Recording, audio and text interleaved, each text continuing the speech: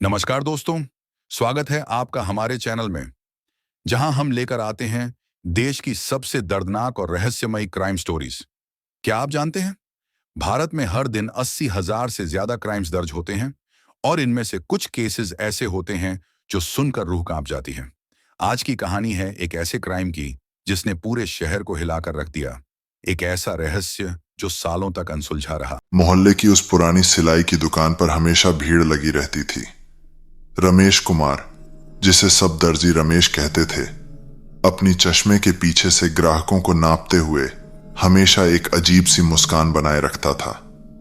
वह 40 साल का एक अकेला आदमी था जिसने पिछले 15 साल से इस दुकान को चला रखा था। एक दोपहर 16 साल की किशोरी प्रिया अपनी स्कूल यूनिफॉर्म में दुकान में दाखिल हुई। अंकल, मेरी यूनिफॉर्म ढीली हो गई है, कुछ सिल दीजिए, उसने शर्माते हुए कहा। रमेश ने उसे ऊपर से नीचे तक देखा और उसकी आंखों में एक अजीब चमक आ गई। जरूर बेटा, आ जाओ अंदर, तुम्हें नाप लेता हूं। प्रिया ने बेफिक्र होकर हां कर दी। रमेश ने उसे अंदर के कमरे में बुलाया, जहां आम तौर पर महिलाएं कपड़े बदलती थीं।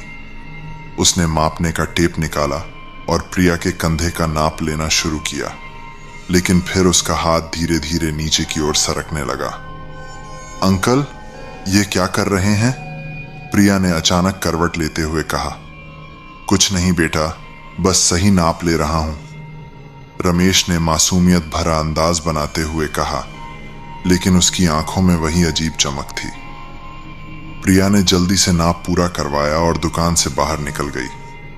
उसने सोचा शायद उसे गलतफहमी हुई है, लेकिन उस दिन के बाद वह रमेश की दुकान से दूर ही रही। कुछ हफ्ते बाद 25 साल की युवती नेहा दुकान में आई। उसे अपनी साड़ी सिलवानी थी। रमेश ने उसे भी अंदर के कमरे में बुलाया। आप बिल्कुल सही समय पर आ गईं, रमेश ने चापलूसी भरे अंदाज में कहा। आज तो मेरी दुकान में कोई नहीं है। नेहा ने ध्यान नहीं दिया और साड़ी पहनकर नाप के लिए तैयार हो गई। रमेश ने नापना शुरू किया, लेकिन जब वह कमर का नाप ले रहा था तो उसने जानबूझकर हाथ रोका और नेहा के शरीर को छू लिया। नेहा ने तुरंत प्रतिक्रिया दी। आप क्या कर रहे हैं? हाथ हटाइए। रमेश ने तुरंत हाथ पीछे खींच लिया। माफ कीजिए, अनजाने में छू गया। लेकिन नेहा समझ गई कि यह कोई गलती नहीं थी। उसने साड़ी बदली और बिना सिलाई कराए दुकान से निकल गई। उसने सोचा कि शायद वह किसी को बताए, लेकिन फिर सोचा कि कोई सबूत नहीं है और लोग उस पर ही उंगली उठाएंगे। इसी तरह कई और महिलाएं रमेश के इस व्यवहार का शिकार हुईं, लेकिन किसी ने आवाज नहीं उठाई। सब डरती थीं कि समाज क्या कहेगा। रमेश को इस बात का फायदा मिला और वह और भी साहसी होता गया। एक दिन 18 साल की कॉलेज स्टूडेंट सोनम दुकान में आई। वह अपनी जीन्स छोटी करवाना चाहती थी।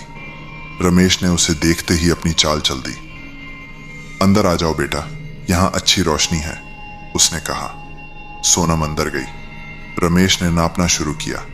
जब वह जीन्स की लंबाई नाप रहा था तो उसने जानबूझकर सोनम के पैरों को छू लिया। सोनम ने तुरंत अपना पैर हटा लिया। क्या हुआ? रमेश ने मासूम अंदाज बनाया।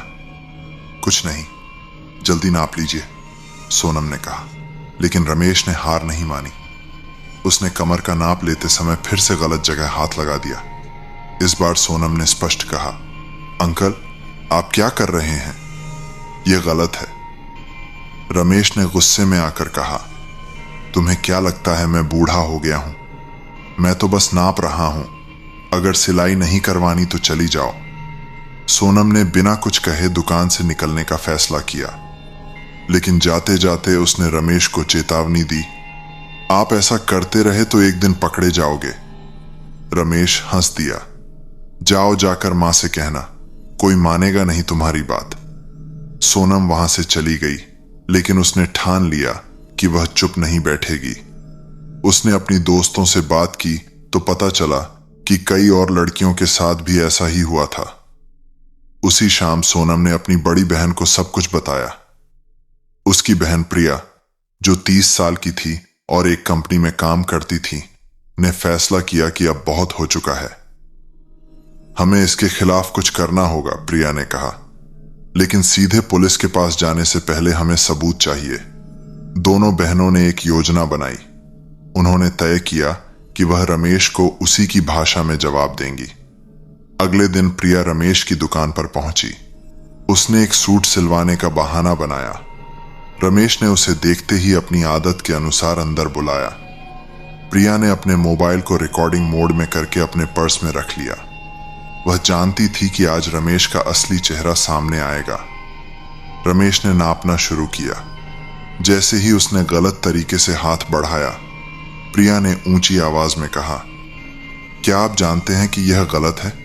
आप कितनी लड़कियों के साथ ऐसा कर चुके हैं? रमेश हैरान रह गया। क्या बकवास कर रही हो तुम? निकल जाओ यहां से। लेकिन प्रिया ने हार नहीं मानी। मैं नहीं जा रही, आज आपको सबक सिखाना है। प्रिया ने अपना मोबाइल निकाला और रिकॉर्डिंग द। पुलिस की गाड़ी के आते ही दुकान के बाहर जमा भीड़ में एक सन्नाटा छा गया। सब इंस्पेक्टर शर्मा और कांस्टेबल राजेश ने गाड़ी से उतरते ही स्थिति को संभालना शुरू किया। क्या हो रहा है यहां?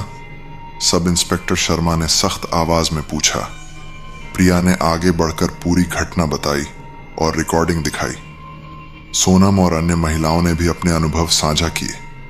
रमेश अपनी दुकान के अंदर खड़ा सब देख रहा था। उसका चेहरा पीला पड़ चुका था। सब इंस्पेक्टर शर्मा ने रमेश से पूछा, क्या आप इन आरोपों का जवाब देना चाहेंगे? रमेश ने अपने आप को संभालते हुए कहा, सर, ये सब झूठे आरोप हैं। मैं तो बस अपना काम कर रहा हूं। ये लोग मेरी दुकान बंद करवाना चाहते हैं। लेकिन प्रिया की रिकॉर्डिंग ने रमेश के झूठ को पकड़वा दिया था। सब इंस्पेक्टर ने रमेश को थाने चलने का आदेश दिया। दुकान को सील कर दिया गया और रमेश को गिरफ्तार कर लिया गया। थाने में रमेश का बयान दर्ज किया गया। उसने हर आरोप से इनकार किया, लेकिन पुलिस के पास अब कई शिकायतें थीं। सोनम और प्रिया के अलावा कई अन्य महिलाएं भी आगे आईं, जो अब तक चुप थीं। अगले दिन पुलिस ने रमेश की दुकान से जब्त की गई सामग्री की जांच शुरू की। दुकान के एक कोने में छिपे हुए एक कैबिनेट से पुलिस को एक डायरी मिली। इसमें रमेश ने पिछले 5 सालों में आने वाली सैकड़ों महिलाओं के नाम और उनके बारे में अश्लील टिप्पणियां लिखी हुई थीं। इस डायरी में कुछ नामों के आगे तारीखें और सफल या असफल जैसे शब्द लिखे हुए थे। पुलिस को समझते देर न लगी कि यह सफल का मतलब था कि वह उन महिलाओं को अनुचित तरीके से छू पाया था। सब इंस्पेक्टर शर्मा ने डायरी में दर्ज नामों वाली महिलाओं से संपर्क करना शुरू किया। ज्यादातर महिलाएं शर्म और डर के मारे आगे आने को तैयार नहीं थीं, लेकिन कुछ ने हिम्मत दिखाई। एक युवती मीनाक्षी, जो अब दूसरे शहर में रहती थी, ने फोन पर बताया, 2 साल पहले जब मैं वहां रहती थी, रमेश ने मेरे साथ भी ऐसा ही किया था। मैंने अपनी मां को बताया था, लेकिन उन्होंने कहा था कि चुप रहो, नहीं तो समाज क्या कहेगा। एक और महिला, रीना, जो अब शादीशुदा थी, ने कहा, मैं गवाही देने आऊंगी। मेरे साथ भी उसने ऐसा ही किया था जब मैं कॉलेज में थी। मैंने तब किसी को नहीं बताया, लेकिन अब वक्त आ गया है कि इस आदमी को सजा मिले। धीरे धीरे पुलिस के पास रमेश के खिलाफ मजबूत सबूत जमा होते गए। कुल मिलाकर 15 महिलाओं ने उसके खिलाफ शिकायत दर्ज कराई। इस बीच रमेश ने जमानत की अर्जी दी। कोर्ट में उसके वकील ने दलील दी कि रमेश एक इज्जतदार नागरिक है और यह सब उसके खिलाफ साजिश है। हालांकि जज ने रमेश को जमानत देने से इनकार कर दिया, क्योंकि डायरी में दर्ज सामग्री बहुत गंभीर थी। जेल में रमेश का व्यवहार और भी अजीब हो गया। वह अपने आप से बातें करता, कभी हंसता, कभी रोता। जेल के मनोवैज्ञिक ने उसकी जांच की तो पता चला कि रमेश सेक्सुअल हरासमेंट का आदी हो चुका था। मनोवैज्ञिक डॉक्टर शर्मा ने बताया, रमेश एक गंभीर मानसिक विकार से ग्रस्त है। उसे लगता है कि महिलाएं उसे प्रोवोक कर रही हैं। उसे इलाज की जरूरत है, लेकिन इससे उसके अपराध कम नहीं हो जाते। इस बीच मामले ने मीडिया का ध्यान खींचा। स्थानीय अखबारों और न्यूज चैनलों ने इसके बारे में रिपोर्टिंग शुरू कर दी। दर्जी रमेश का भंडाफोड़, और महिलाओं को परेशान करने वाले दर्जी की पोल खुली। जैसे हेडलाइंस आने लगे। समाज में इस मामले ने एक बहस छेड़ दी। कुछ लोग कह रहे थे कि महिलाओं को ऐसे मामलों में तुरंत आवाज उठानी चाहिए, जबकि कुछ का कहना था कि पुरुषों के खिलाफ झूठे केस भी होते हैं। प्रिया और सोनम ने एक प्रेस कॉन्फ्रेंस की और अन्य महिलाओं से आगे आने की अपील की। उन्होंने कहा, हमें डरना नहीं चाहिए, गलत करने वाला डरे, हमें नहीं। इस अपील का असर हुआ और कुछ और महिलाएं आगे आईं। एक महिला जो अब 50 साल की थी ने बताया कि 10 साल पहले जब वह युवती थी, रमेश ने उसके साथ भी ऐसा ही किया था। पुलिस ने सभी सबूत जुटाकर कोर्ट में चार्जशीट दाखिल कर दी। रमेश पर यौन उत्पीड़न, छेड़खानी और मानसिक प्रताड़ना के आरोप लगे। कोर्ट की पहली सुनवाई में रमेश ने अपने आप को निर्दोष बताया, लेकिन जब जज ने डायरी देखी और पीड़िताओं के बयान सुने तो उन्होंने केस को तेजी से सुनवाई के लिए तय किया। इस बीच रमेश के परिवार वाले भी सामने आए। उसकी बूढ़ी मां ने मीडिया से कहा, मेरा बेटा निर्दोष है, उसे बदनाम किया जा रहा है।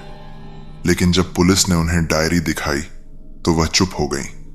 उन्होंने कहा, मैंने कभी नहीं सोचा था कि मेरा बेटा ऐसा कर सकता है। कोर्ट की दूसरी सुनवाई में एक नया मोड़ आया। रमेश ने अचानक अपने अपराध कबूल। कोर्ट की अगली सुनवाई में पूरा कमरा गवाहों और मीडिया से भरा हुआ था। रमेश पीले कपड़ों में, हाथों में हथकड़ी, सिर झुकाए कोर्ट में लाया गया। उसकी आंखों में अब वह चमक नहीं थी जो दुकान पर रहती थी। सरकारी वकील ने जोरदार तरीके से केस पेश किया। इनके खिलाफ 17 महिलाओं के बयान हैं, रिकॉर्डिंग है और सबसे महत्वपूर्ण उनकी वह डायरी है जिसमें उन्होंने अपने शिकारों का ब्यौरा लिख रखा है। रमेश के वकील ने दलील दी, मेरा मुवक्किल मानसिक रूप से बीमार है, उसे उपचार की जरूरत है, सजा की नहीं। तभी जज ने गंभीर स्वर में कहा, मानसिक बीमारी किसी को दूसरों को परेशान करने का लाइसेंस नहीं देती। यहां पर सैकड़ों महिलाओं की जिंदगी प्रभावित हुई है। फैसले का दिन आया। कोर्ट रूम में सन्नाटा छाया हुआ था। जज ने फैसला सुनाया, रमेश कुमार, आपको यौन उत्पीड़न, छेड़खानी और मानसिक प्रताड़ना के आरोपों में दोषी पाया जाता है। आपको 5 साल की कैद और 10,000 रुपये का जुर्माना देना होगा। साथ ही आपको मानसिक उपचार भी लेना होगा। कोर्ट रूम में खुशी की लहर दौड़ गई। प्रिया और सोनम की आंखों में आंसू थे। ये आंसू संघर्ष के बाद मिली जीत के थे।